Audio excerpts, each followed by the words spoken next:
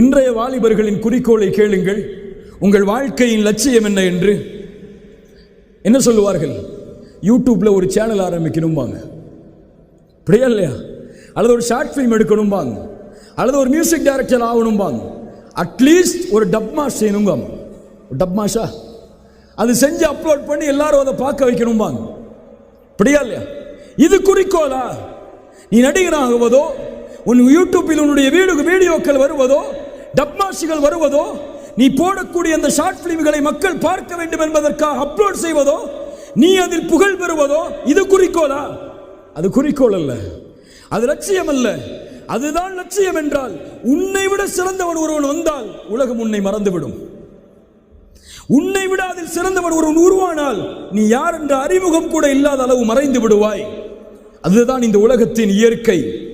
இதை நோக்கமாக கொண்டு பயணிப்பவன் தன் வாழ்வின் முடிவில் ஒட்டுமொத்த வாழ்வையும் வீணானதாக, குறிக்கோளற்றதாக ஏன் வாழ்ந்தேன் என்றுதான் அவன் கருதுவான்.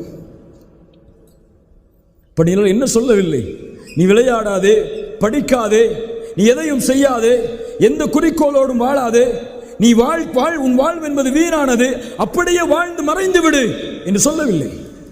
எதை வேண்டுமானாலும் செய், எதில் வேண்டுமானாலும் உன் கவனத்தை செலுத்து. நீ பார்க்க வேண்டிய பார்வை அதில் என் படைத்த இறைவனின் அனுமதி இருக்கிறதா, என் ரசூலின் அனுமதி இருக்கிறதா? இருந்தால் நீ செல்லக்கூடிய பாதையில் முதலிடத்தை அடையும் வரை போராடு. நீ அல்லாஹ்வை நம்பிக்கை கொண்டவன், படைத்த இறைவனை ஏற்றுக்கொண்டவன். நீ இரண்டாவது தரமோ மூன்றாவது தரமோ பின்னால் வரிசையோ உன்னிடம் இல்லை. ஏன்? உன்னோடு அல்லாஹ் இருக்கிறான். நீ வர வேண்டிய பாதை முதல் பாதை. உன்னை உலகம் பின்பற்ற வேண்டும். நீ யார் என்பதை ஒட்டுமொத்த உலகம் அறிந்து கொள்ளும் வரை உன் பாதையில் முன்னேறுவது உன் மீது கடமை என்பதை உணர்ந்து செயல்படு. விளையாட்டா? முதலில் வா. படிப்பா? முதலில் வா. பொழுதுபோக்கா? முதலில் வா. தீனா? முதலில் வா. அழைப்பு பணியா? முதலில் வா. இரண்டாவது மூன்றாவது இடம் இது உனக்கல்ல, இது மற்றவர்களுக்கு. இந்த நம்பிக்கையை உள்ளத்தில் கொள். அல்லாஹ் ரப்புல் ஆலமீன் இந்த உலகத்தை படைத்தான். அவன் தானே படைத்தான். படைத்த இறைவனால் படைக்கப்பட்ட உலகத்தில் தானே வாழ்கிறோம். அவன் தான் எம்மையும் படைத்தான். அவன் படைத்து நீங்கள் இந்த உலகத்தில் செல்வீர்கள், நிம்மதியோடு வசிப்பீர்கள், எந்த கவலையும் உங்களுக்கு வராது என்றெல்லாம் அவன் எம்மை படைக்கவில்லை. அவன் படைத்து வழிகாட்டுவதற்கு அனுப்பப்பட்ட அத்துணை வேதங்களிலும் இறுதியாக அனுப்பப்பட்ட குர்ஆனிலும் அல்லாஹ் இந்த மனித சமூகத்தை படைத்து சொன்ன செய்தி என்ன தெரியுமா? வலனபுலுவன்னகும், உன்னை படைத்தேன், உன்னை சோதிப்பேன், எல்லா வழிகளிலும் சோதிப்பேன். பசியை கொண்டு சோதிப்பேன், வறுமையை கொண்டு சோதிப்பேன், செல்வத்தை எடுத்து சோதிப்பேன், உயிர்களை பறித்து சோதிப்பேன். நீ பொறுமையாளனாக இருந்து அதில் வெற்றியை அடைந்தே ஆக வேண்டும் என்று குர்ஆன் சொல்கிறது. யார் பொறுமையோடு சகித்து வாழ்கிறார்களோ, அதில் வெற்றியை நோக்கி பயணிக்கிறார்களோ, அந்த முயற்சிக்கு கூலியை அல்லாஹ் கொடுத்தே தீருவான் என்று குர்ஆன் சொல்கிறது. ஒரு படை தளபதி தன் படைக்கு எப்படி வழிகாட்டுவானோ அதுபோல் தான் மனித இனத்தை படைத்த அந்த அல்லாஹ் இந்த மனிதர்களை படைத்து வழிகாட்டுகிறான். சோதனை வரும்போது துவளாதே, கவலைகள் வரும்போது நெருங்கி விடாதே, உறவுகளை செல்வத்தை உன்னிடத்திலிருந்து நான் எடுக்கும் போது சோர்வடைந்து விடாது. நீ முன்னேறு. உன் வாழ்வின் இலக்கை நீ அடையும் வரை உன் பாதையில் நீ சென்று கொண்டே இரு. இந்த உலகம் அல்ல உன் வாழ்வின் இலக்கு. நீ வாழ வேண்டிய வாழ்க்கை இதுவல்ல. வாழ்ந்து பிறந்து சாப்பிட்டு கல்லூரிகளை படித்து வேலை செய்து திருமணம் செய்து குழந்தைகளை பெற்று சுகமோடு வாழ்ந்து கடைசியில் மண்ணோடு மண்ணாக மக்கி போவதற்கா இவ்வளவு பெரிய உலகம்? சூரியன் உதிப்பது யாருக்காக? சந்திரன் வருவது யாருக்காக? நட்சத்திரங்கள் உதிப்பது யாருக்காக? மனிதனே உனக்காக. சூரியன் காலையில் இறைவனுடைய கட்டளையால் உதிப்பது நீ வாழ வேண்டும் என்பதற்காக. சந்திரன் இரவிலே வருவது நீ வாழ வேண்டும் என்பதற்காக. நட்சத்திரங்கள் உதிப்பது நீ வாழ வேண்டும் என்பதற்காக. ஏன்? இந்த ஒட்டுமொத்த உலகத்திலும் இறைவனால் படைக்கப்பட்ட எல்லா படைப்புகளும் படைக்கப்பட்ட நோக்கம் உனக்காக. நீ படைக்கப்பட்டது அவனுக்காக. சுப்ஹானல்லாஹ். குர்ஆன் சொல்லுகிறது அதை. அல்லாஹ் சொல்கிறான், இந்த உலக வாழ்வை பார்த்து ஏமாறுபவர்களை பார்த்து, யஅலமூன ظاهرا من الحياة الدنيا, அவர்கள் அறிந்ததெல்லாம் இந்த உலக வாழ்க்கையின் வெளிப்படையான அலங்காரங்களைத்தான். ஆனால் அவர்களோ இந்த மரணத்திற்கு பிறகு ஒரு வாழ்வு இருக்கிறது என்பதை பற்றிய எந்த சிந்தனையும் இல்லாமல் மறைமுகமாக அதை மறந்து அதை விட்டு பொடுபோக்காகி வாழ்கிறார்கள். அல்லாஹ் சொல்கிறான், மனிதனே, அவலம் யதஃபக்கரு ஃபி அன்ஃபுஸிஹிம், உன் நஃப்ஸையே நீ சிந்தித்து பார்க்க மாட்டாயா? மா ஹலகல்லாஹு ஸமாவாதி வல் அர்த் வமா பைனஹுமா இல்லா பில் ஹக்.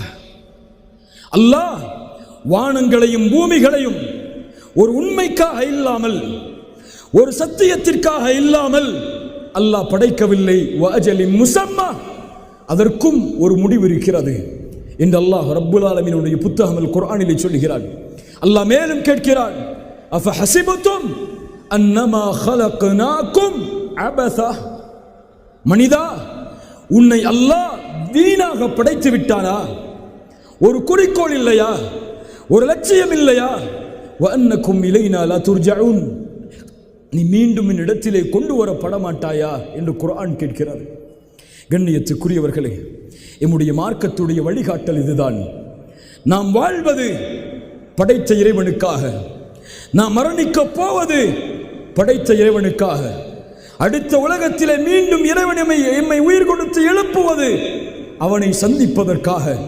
அவனை சந்திப்பது அவனுடைய திருப்தியை அடைவதற்காக.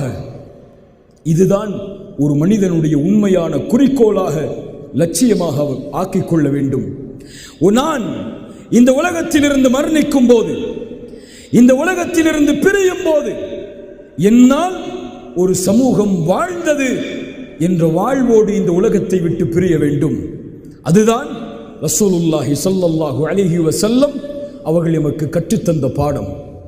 அல்லாஹுடைய தூதர் முஹம்மது ரசூலுல்லாஹ் ஸல்லல்லாஹு அலைஹி வஸல்லம் அவர்களுடைய இறுதி நேரம், மரண படுக்கை, எழுந்து நடக்க முடியவில்லை. அதுவரை அவர்களுடைய வாழ்வில் அவர்களுக்கு முன்னால் யாரும் பள்ளியில் இமாமாக நின்றதில்லை. ரசூலுல்லாஹ் தனக்கு முடியாத காரணத்தால் அபூபக்கரை தொழுகை நடத்துமாறு ஏவினார்கள். அபூபக்கர் சித்தீக் ரலியல்லாஹு அன்ஹு அவர்கள் தொழுகை நடத்துகிறார்கள். 4 நாட்கள். கடைசி நாள் திங்கட்கிழமை காலை ஃபஜ்ர் தொழுகை. அல்லாஹுடைய தூதர் ஸல்லல்லாஹு அலைஹி வஸல்லம் அவர்களுடைய வாழ்வின் கடைசி நாளுடைய அந்த தொழுகையை பார்ப்பதற்காக தங்களுடைய அறையின் திரையை கொஞ்சம் அகற்றுகிறார்கள். அகற்றி பார்க்கிறார்கள். சஹாபாக்கள், அவர்களின் தோழர்கள் அபூபக்கருடைய தலைமைக்கு முன்னால் தொழுகையில் இருக்கிறார்கள். அப்போது முஹம்மது ரசூலுல்லாஹ் ஸல்லல்லாஹு அலைஹி வஸல்லம் அந்த மரண படுக்கையில் ஒரு புன்சிரிப்பை சிரிக்கிறார்கள். ஹதீஸ் கலையில் விரிவுரை செய்யக்கூடிய அறிஞர்கள் அந்த சிரிப்புக்கு விரிவுரை எழுதுகிறார்கள். ஏன் அல்லாஹ்வுடைய தூதர் சிரித்தார்கள்? மரண படுக்கை, மரணமாகக்கூடிய நாள், ஒட்டுமொத்த சமூகத்தையும் விட்டு பிரியக்கூடிய அந்த நாள், ஏன் முஹம்மது ரசூலுல்லாஹ் மரணப்படுக்கையில் சிரித்தார்கள்? அந்த சிரிப்பின் அர்த்தம் என்ன தெரியுமா? என் தூதரின் மகிழ்ச்சியின் அந்த அர்த்தம் என்ன தெரியுமா? தன் வாழ்வின் பொழுது தான் இல்லாமலும் தன் கட்டளைக்காக இன்னொருவரை தலைமை தாங்கி ரப்புக்கு முன்னால் நிற்கக்கூடிய ஒரு சமூகத்தை, அல்லாஹ்வுடைய மார்க்கத்திற்காக தன் வாழ்வை அர்ப்பணிக்கக்கூடிய சமூகத்தை உருவாக்கி விட்டேன் என்ற மகிழ்ச்சியின் ஆனந்தம் இது. என் ரசூல் எமக்கு பாடம் இல்லையா? என் மரணமாகும் போது நான் எதை கொண்டு மகிழ்ச்சி அடைவேன்? நான் சம்பாதித்த செல்வத்தை கொண்டா அது எனக்கு என்ன பலனை தரும்? நான் வாங்கிய பட்டத்தை கொண்டா, டாக்டர், இன்ஜினியர், MBA என்ற பட்டங்களை கொண்டா அது மரணத்தின் போது எனக்கு எதை தரும்? மையத் என்ற பெயரை தவிர. என் குழந்தைகள், உறவுகளா 3 நாட்கள் அழுவார்களா? மனைவியாக இருந்தால் இத்தாவுடைய காலம் வரை என்னை நினைப்பாளா?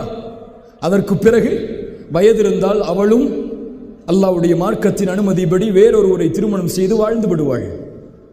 என் குழந்தை அவனுடைய வாழ்க்கையை தேடி ஓடிவிடுவான்.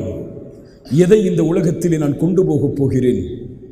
நான் மரணிக்கக்கூடிய தருவாயில் நான் இந்த உலகத்திலே சாதித்தது எது? எதை இந்த மக்களுக்கு செய்தேன்?